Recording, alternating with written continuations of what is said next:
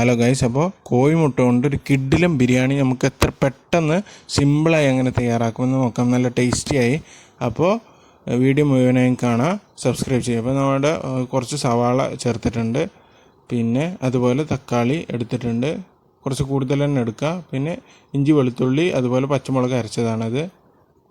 പിന്നെ പൊടികൾ എടുത്തിട്ടുണ്ട്, മല്ലിപ്പൊടി, മഞ്ഞൾപ്പൊടി കുറച്ച്, പിന്നെ ഗരം മസാല ഒക്കെ ഒരു 3-4 ടീസ്പൂൺ വരെ എടുത്തിട്ടുണ്ട്.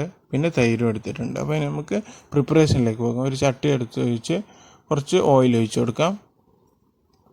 ഇനി നമുക്ക് മുറിച്ച് വെച്ച സവാളയൊക്കെ ചേർത്ത് കൊടുക്കാം. ഇവിടെ ഒരു 5-6 സവാള എടുത്തിട്ടുണ്ടാകും, കുറച്ച് കൂടുതൽ തന്നെ എടുത്തിട്ടുണ്ട്. അപ്പോൾ അത് നന്നായി വഴറ്റി കൊടുക്കുക.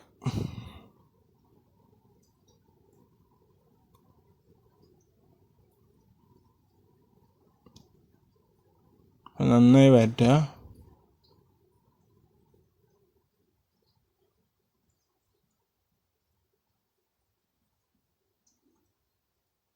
പിന്നെ നമുക്ക് ആവശ്യത്തിനുള്ള ഉപ്പ് ചേർത്ത് കൊടുക്കുക. അപ്പോൾ ഉപ്പ് ചേർത്താൽ പെട്ടെന്ന് ഉള്ളിയൊക്കെ വഴണ്ട് കിട്ടും.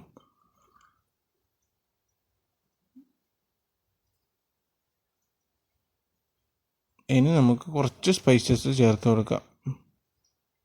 പിന്നെ ഇഞ്ചി വെളുത്തുള്ളി പച്ചമുളകും കൂടെ അരച്ചത് ചേർത്ത് കൊടുക്കാം. ഇപ്പോൾ ഉള്ളിയൊക്കെ നന്നായി വഴണ്ട് വന്നിട്ടുണ്ട്.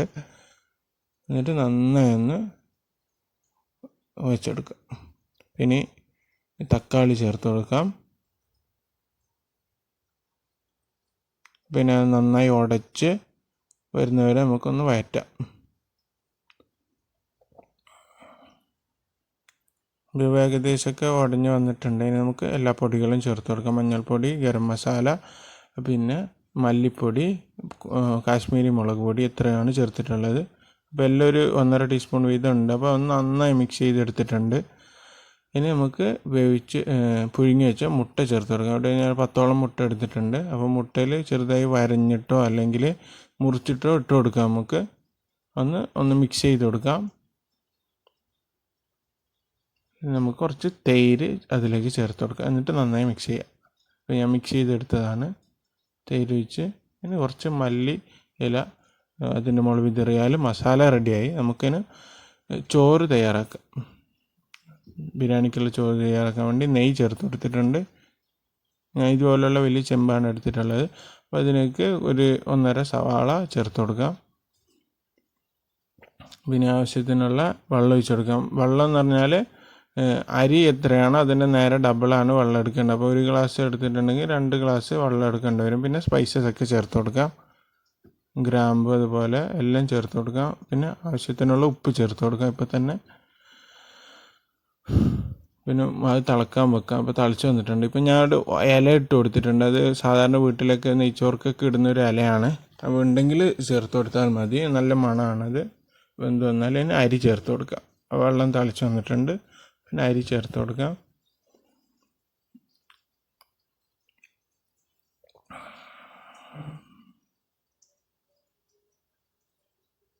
അരി കുതിർത്തിട്ടൊന്നുമില്ല, കൈക്ക് നേരെ ചേർത്താണ്. അപ്പോൾ ഇപ്പോൾ ഒരു 15 മിനിറ്റ് ആകുമ്പോഴത്തേക്ക് റെഡി ആയിട്ടുണ്ട്. അപ്പോൾ നമുക്ക് കുറച്ച് നേരം ദമ്മിന് ഇടാം. അപ്പോൾ ആദ്യം തന്നെ മസാല ഇട്ട് കൊടുക്കാം. അടിയിൽ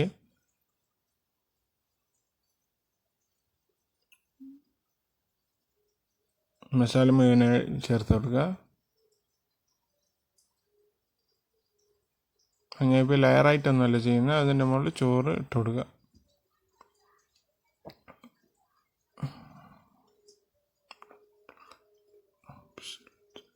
അപ്പോൾ ഇനി കളർ കലക്കി വെച്ച വെള്ളമാണ്. ഇപ്പോൾ മഞ്ഞൾപ്പൊടിയോ അല്ലെങ്കിൽ മഞ്ഞ കളർ ഉണ്ടെങ്കിൽ, ഫുഡ് കളർ ഉണ്ടെങ്കിൽ ഒന്ന് കലക്കി വെച്ച് അതിൻ്റെ മുകളിലിട്ടാൽ ഒരു കളർ കിട്ടും നമുക്ക്.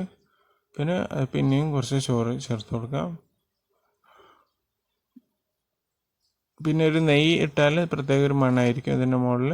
അപ്പോൾ നമുക്ക് അടച്ചു വെച്ച് കുറച്ച് നേരം കുക്ക് ചെയ്യുക. ഒരു ലോ ഫ്ലെയിമിൽ ഒരു 10 മിനിറ്റ് കുക്ക് ചെയ്തതാണിത്. ഇങ്ങനെ അടച്ചു വെച്ച് അപ്പോൾ നമുക്ക് ഒന്ന് ഇളക്കി നോക്കാം. അപ്പോൾ നന്നായി വന്നിട്ടുണ്ട്. നല്ല ടേസ്റ്റിയാണ് എഗ് ബിരിയാണി. നമുക്ക് പെട്ടെന്ന് സിമ്പിളായി ചിലവ് കുറഞ്ഞ് തയ്യാറാക്കാൻ പറ്റുന്ന ഒരു രീതിയും കൂടെയാണ്. അപ്പോൾ എല്ലാവരും ട്രൈ ചെയ്യുക. വീഡിയോ ഇഷ്ടപ്പെട്ടെന്ന് കരുതുന്നു. ലൈക്ക് ചെയ്യുക, അതുപോലെ ഷെയർ ചെയ്ത് കൊടുക്കുക. ഇതുവരെയും സബ്സ്ക്രൈബ് ചെയ്യാത്തവർ സബ്സ്ക്രൈബ് ചെയ്യുക. വീഡിയോ കണ്ടുപോകുന്ന എല്ലാവരും സബ്സ്ക്രൈബ് ചെയ്യുന്നില്ല. ബൈ.